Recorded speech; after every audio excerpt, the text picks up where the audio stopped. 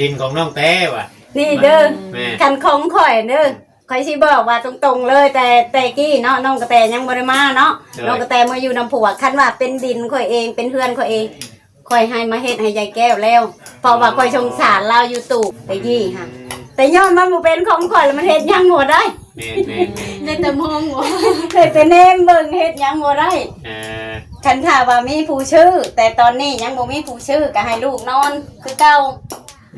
ปกติก็คือว่าจนกลัวจะมีผู้ชื่อไปแม่นแม่นปุ๊บมือไหนเขามาจ่ายเงินเขามาจ่ายเงินมือได้ได้ออกมือนะแม่เจ้าก็บอกพี่เลยออกได้มันกูบ่ให้มึงอยู่เลยได้พอเนี่ยบัดทีนี้เรายังจะขอถามอีกนิดนึงร่วมกันตกแต่งนะบ่กับน้องราคาน่ะมาประกาศขายแท้น่ะก็เพิ่นบอกฮะ 7,000 บาทเพิ่นว่า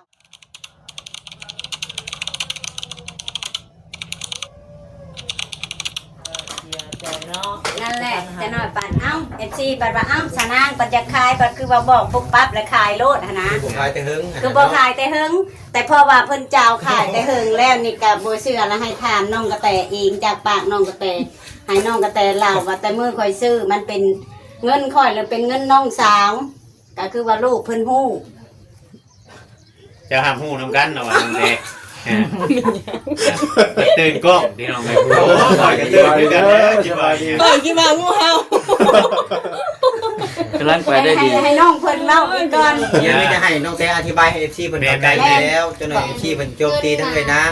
แม่นางเป็นคนซื้อหาเงินเป็นเงินของน้องเราหานะถ้าแม่ว่าตอนที่แรกน้องเจ้าขายกับเจ้าขายให้แม่นางทางแม่นางก็เลยว่ามีคนอยากได้อยู่เป็นน้องเราเงินก็เป็นแม่นางมาปรงเองหาเงินน้องเราเป็นดินของน้องเราเพื่อนน้องเราในนี้หานะแม่นางนะว่าไงแม่นางเรามีซิดเลยกับดินกับเพื่อนนั่นนะดินของน้องเราบัดนี้แหละจุ๊เจ้าแล้วขอว่าคันว่าชีพจะขายชาวจะขายแล้วจะขอให้บุญแล้วแม่นขอให้บุญแล้วนะจังจีออกไปเนาะแม่นแต่พอการเลยว่ากะย่าว่าเพราะว่ามันบ่มีผู้ชื่อเพราะว่าเจ้าแล้วมีเจ้าหนึ่งกับมาเบิ่งแล้วพี่ลูกเพิ่นบ่ให้เอาเพิ่นว่าเพิ่นอยากเฮ็ดกับเวลานะก็เลยหยุดแล้วก็ยังบ่ได้บอกลูกนะแต่มาโอยข่อยยังบ่ได้บอกว่าว่าชีเจ้าขายจังซั่นสิก็ถ่ายสมมุติว่ามีผู้ตกลงประมาณอาทิตย์นึงแล้วข่อยจังสิบอกเพิ่นความคิดนะแต่ยังให้เพิ่นนอนก่อนเพราะว่านอนหั่นมันก็ความอบอุ่นเฮาเนาะเฮาบ่ย่านนะความคิดนั่นแต่จริงแล้วข่อยก็บ่ยังให้ขายแต่เป็นหยังข่อยจังบ่ยังให้ขายบ่ให้ขายเพราะว่ามันยากข่อยบ่มีบ่ผูกงูยามฝนตกต้นเหตุข่อยบ่ยังให้ขายไหนมันดึงบ่ได้เพราะว่าเป็นของเขาเนาะเฮาก็จำเป็นเพราะว่าตารางเนาะแม่นเพราะว่ายามฝนจะหน่อยเดือน9เดือน10งัวมันนอนบ่ได้คันฝนตกนะในใจสูงเนาะแม่นในใจก็โยกบ่ยังให้เขาขายพุ่นแหละคันเว้าได้มันหักเมื่อว่าเขาจะขายแล้วเฮาก็ห้ามบ่ได้แล้วก็เลยสิมาบอกลูกโดยตรงๆเลยมื้อนี้หั่นนะแบบว่าเพิ่นโทรบอกสมมุติว่าคันว่าเพิ่นขายจะหน่อยปัดเป็นนำแม่นางเนาะแม่นางบ่อยากให้เฮานอนหั่นนะยันลูกหันคิดแบบนั้นแม่ก็เลยสิมาบอกมื้อนี้แหละให้ฮู้เบิดทุกคนแม่คือแบบน้องกระแตเพิ่นก็ฮู้แต่มื้อซื่อแต่พ่อว่าเจ้าบ่ได้อยู่เจ้าเราไปเที่ยวมีแต่พ่อเจ้าแล้วก็แม่แล้วก็มีน้องกระแตอยู่นำกันหั่นตีแบบเว้าเป็นยังก็ฮู้ในนี่เลยนี่มีแต่เจ้าผู้เดียวบ่ฮู้อันนั้นแหละย่านเจ้าคิดไปแม่นางปัดคือว่าเฮานอนอยู่ดีๆไปเจ้าขายอีกแล้วเฮานอนน่ะนะมีสิเว้าอีกจะน้อยปัด FC อีกก็สิเว้าอีกเนาะว่าชาวนางปัดเฮ็ดได้จังไปขายเฮือนบ่คือบ่ให้เขาอยู่ปัดว่าอันบ่แม่นของชาวนางนั่นแล้วก็อยากอธิบายให้เพิ่นเข้าใจนะบางคนก็ว่าถ้างั้นชาวนางน่ะใจดีอยู่ขอน้ำเล่าเลยว่ามั่งมาปุ๊กกระต๊อบให้อันเบาโออยู่ดินของน้องแต้ว่ะนี่เด้อคันของข่อยเด้อข่อยสิบอกว่าตรงๆเลยแต่กี้เนาะน้องกระแตยังบ่ได้มาเนาะน้องกระแตมาอยู่น้ำผัวคันว่าเป็นดินข่อยเองเป็นเพื่อนข่อยเองข่อยให้มาเฮ็ดให้ยายแก้วแล้วเพราะว่าข่อยสงสารเราอยู่ตู่แต่กี้ค่ะแต่ย้อนมันบ่เป็นของข่อยแล้วมันเฮ็ดยังบ่ได้ได้แต่มองว่าได้แต่เนมเบิ่งเฮ็ดยังบ่ได้คันถ้าว่ามีผู้ชื่อแต่ตอนนี้ยังบ่มีผู้ชื่อก็ให้ลูกนอนคือเก่าปกติก็คือว่าจนกลัวจะมีผู้ชื่อไปแม่นแม่นปุ๊บมือไหนเขามาจ่ายเงินเขามาจ่ายเงินมือได้ได้ออกมือนั้นแม่เจ้าก็บอกพี่เลยออกได้มันกูบ่ให้มึงอยู่เลยได้พอเนี่ยบัดทีนี้เรายังจะขอถามอีกนิดนึงร่วมกันตกแต่งนะบ่กับน้องราคาน่ะมาประกาศขายแท้น่ะ กะเพิ่นบอกฮะ7,000 บาทเพิ่นเว้า 7,000 บาท แม่นแต่ข้อยกะว่ะก็โอเคว่ะข้อยกะเจ้าไปข้อยกะยังบ่ได้คุยกันเลย แต่ว่าคำว่าต่อว่าหยังสมมุติว่ามีสิมีผู้ซื้อผู้หยังอันนี้นี่อาจจะมี คันว่า อยู่ประยักเนาะ คันว่าต่อลงคันว่ามีผู้ชื่อก็สิประมาณอยู่ 6,000 ค่อยสิอันนั้นให้เลยนะความคิดของข่อยแต่ยังบ่รู้เนาะ เลยนะ เขาก็สิลดก็สิบ่เกินหันเนาะความคิดนะ โดยนั่นแหละยังว่าให้ทาง FC หรือว่า FC ของน้องโอยเนาะเพราะว่าตอนนี้ FC น้องโอยมาแห้งเด้อตอนนี้นะว่าบ่ได้เนาะนั่นคือเพิ่นสงสารเพิ่นอยากซื้อให้น้องมันก็มีเฮาก็บ่ฮู้ เอามาปลูกให้เฮ็ดหลังน้อยๆเนาะ แม่น น้องคนก็เป็นผู้บ่าวพี่น้อง เพราะว่าทางน้องเราก็อยากอยู่ส่วนตัวเราว่าแบบว่าบางทีก็เกรงใจน้องนุ่ง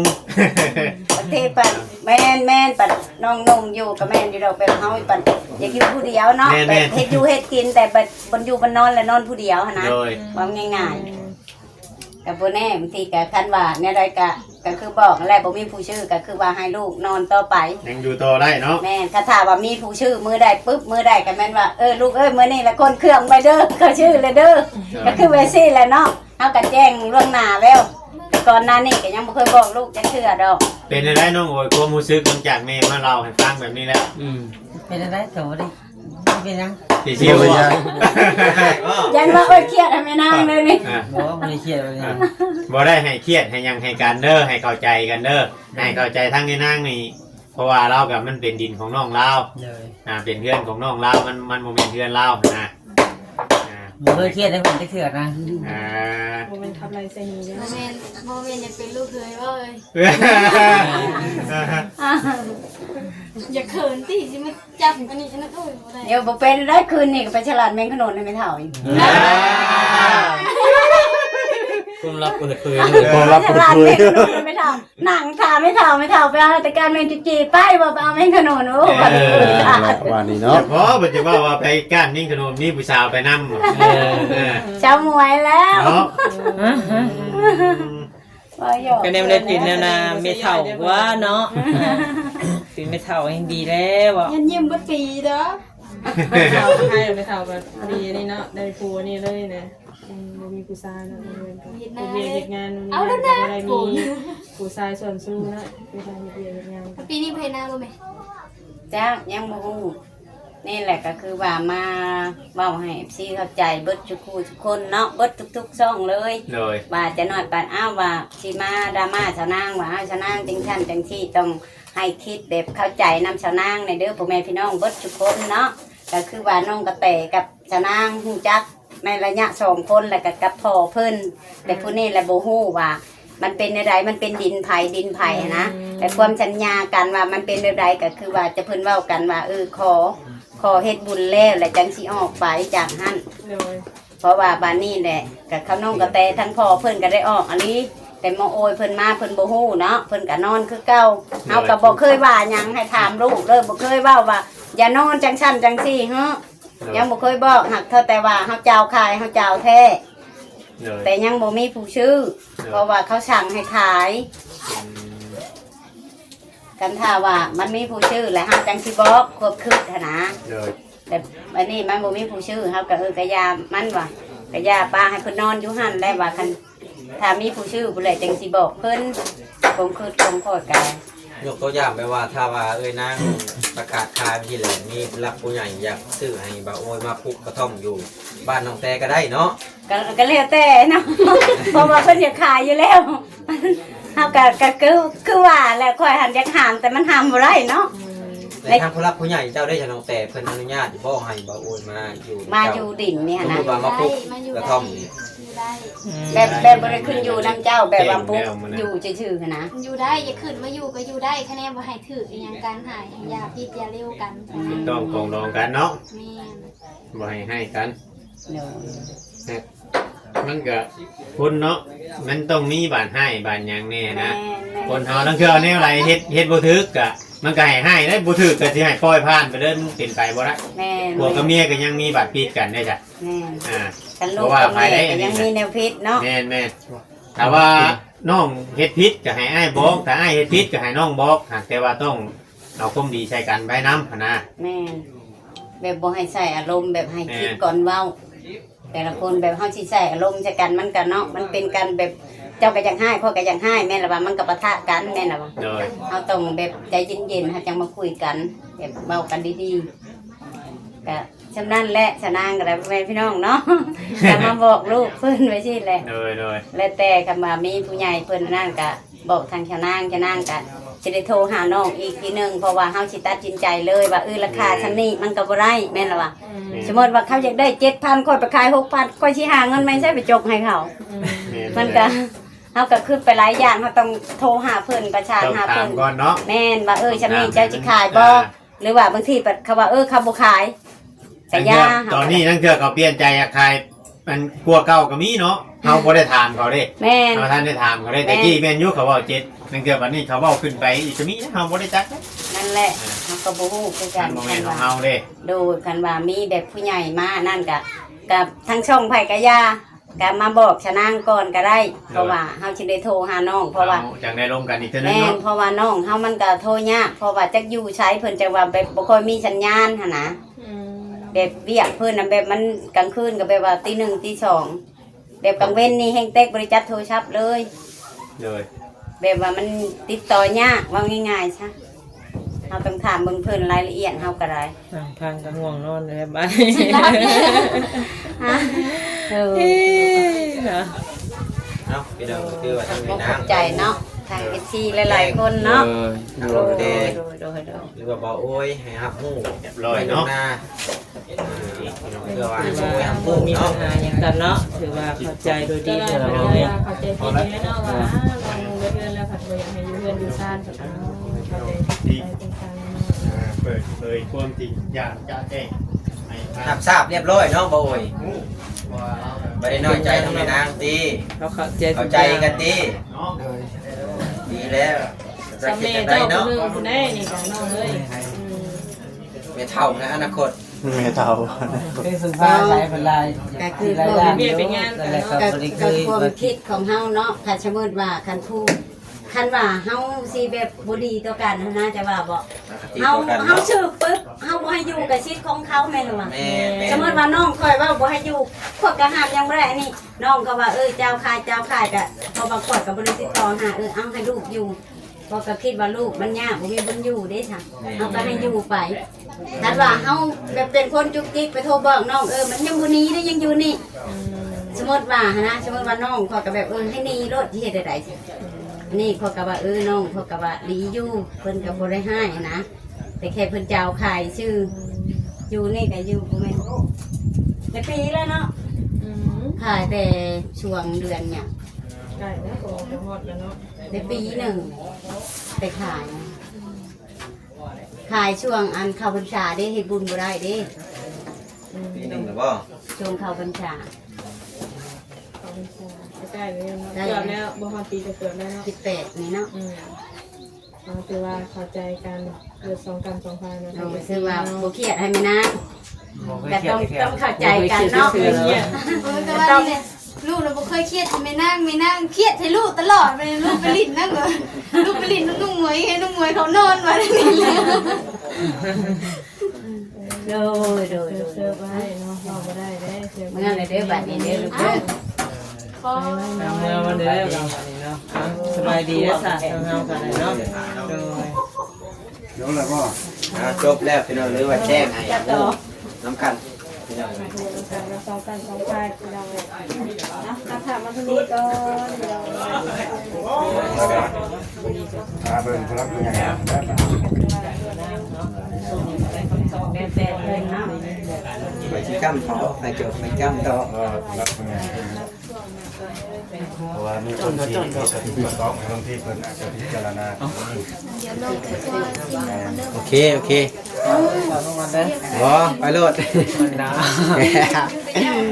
มาเอากี่เอาต่อบ่ดิเดี๋ยวเอาต่อก็ได้เอาพี่น้องก็ถือว่าเมื่อกี้นางเพิ่นก็ได้มาแจ้งข่าวบ่ดีปานใดกับบ่าวโอยเนาะแต่ก็มันก็เป็นสิทธิ์ของน้องสาวเพิ่นเพราะว่าบ้านหลังนั้นก็ขายแต่ดนแล้วแต่ว่าเพิ่นยังให้อยู่อาศัยและที่นี่เพิ่นก็เลยมาบอกให้น้องโอยรับรู้นํกันพอบ้านหลังนั้นน่ะคนที่รับรู้น่ะมีแต่น้องแต่กับพ่อจอยเนาะ บ่โอยน่ะยังไปเที่ยวน้องแต่ว่าบัดนี้หลังจากที่ฮู้ข่าวแล้วในความรู้สึกเป็นจังไดบัดนี้ ก็บ่ได้เป็นหยัง ก็ แต่ บ่ ธรร เป็ ม น ดาแบบมันสิเครียดสิหายไปเลยพี่ซังเพิ่นให้อยู่เท่านั้นก็ ก็ดีใจ ดีก็ได้แล้วแม่ บุญแล้วเนาะ แม่น เพราะว่าเพิ่นน่ะมาแจ้งหั้นนะเพิ่นก็จำใจเด้เราก็ได้ถือว่าเอ้ยนางนี่โอ้เป็นคนผู้หนึ่งแหละพูดจามีเหตุผลบ่ง่ายก็ได้ถ้าว่ามีผู้ซื้อหั่นนะถ้าว่าบ่มีผู้ซื้อเจ้าก็นอนปกติคือเก่าหั่นนะมันก็บ่ได้มีปัญหาดอกตัวนี้นะนอกจากว่าหลังจากที่เอ้ยนางเพิ่นประกาศขายและมีผู้รักผู้ใหญ่อยากซื้อให้เจ้าและเอามาปลูกอยู่ดินน้องแต่บ่ตัวนี้ก็เป็นอีกเหตุผลหนึงตัวนี้คือน้องแต่ว่าทางผู้รักผู้ใหญ่เพิ่นก็อนุญาตเป็นที่เรียบร้อยนะก็คือเพิ่นว่าจะขายนะภายใน 6,000 7,000 นี่แหละพี่น้องเอ้ยถ้าว่าที่เป็นเงินกีบก็ประมาณ4ล้านเงินบาท 7,000 แม่นบ่เบาลาว แม่น เนาะประชานงานต่อจากวันนี้ ได้ประสานผู้รับผู้ใหญ่เพิ่น มีแต่ว่าเบิ่งผู้รักผู้ใหญ่นี่แหละพี่น้องเอ้ยการน้องแต่เพิ่นก็บ่มีปัญหาถ้าว่ามาอยู่ถูกต้องปรองดองกันก็ดีใจนํคนที่มาถ่ายคลิป YouTube ก็ได้มามีแต่ให้มีแต่เครียดกันห่วยมันบ่มีคนอยากเข้ามาได้บาดนี้ถือว่าดีแล้ว มาถูกต้องปรองดองกัน พี่น้องเลยเนาะสบายดีมาตั้งกล้องน้ำเบาเองก่อนน้ำเบาลาวก่อนเป็นจะได้คุยกันไปฮอดชัยละ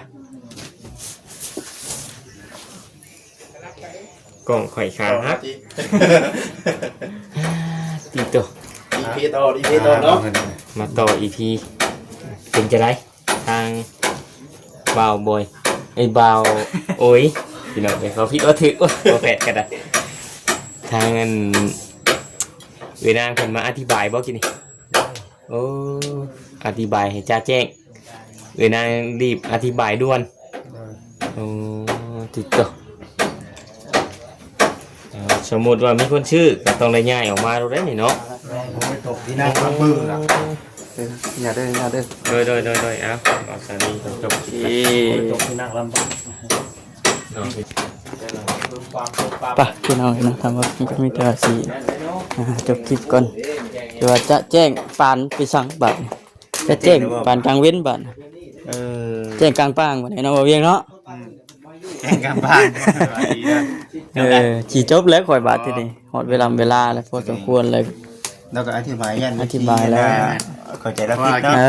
ข่อยมันหลายคลิปแล้วเด้แบบเกี่ยวกับหลังเจอดราม่ามันจะเกิดขึ้นกับเรานำนะ แม่น เจอบางทีบ่เข้าใจนะ บ่ติเราแหละพี่น้องเอ้ยเนาะเราก็นะคือว่าได้ให้อยู่ซื่อๆก็ยังอยู่ได้นะพี่น้อง เพราะว่าหนึ่งมานี่ก็มันก็บ่แม่นที่ของเราเองบัดมันเป็นที่ของน้องเราบัดนะถือว่าจะแจ้งในคลิปนี้เลยไป้าจำพี่น้องเลยเนาะ ยังบ่แจ้งซำนี้แล้ว สบายดีทำไมยังกลางปางวะ แจ้งกลางปางป้าสบายดี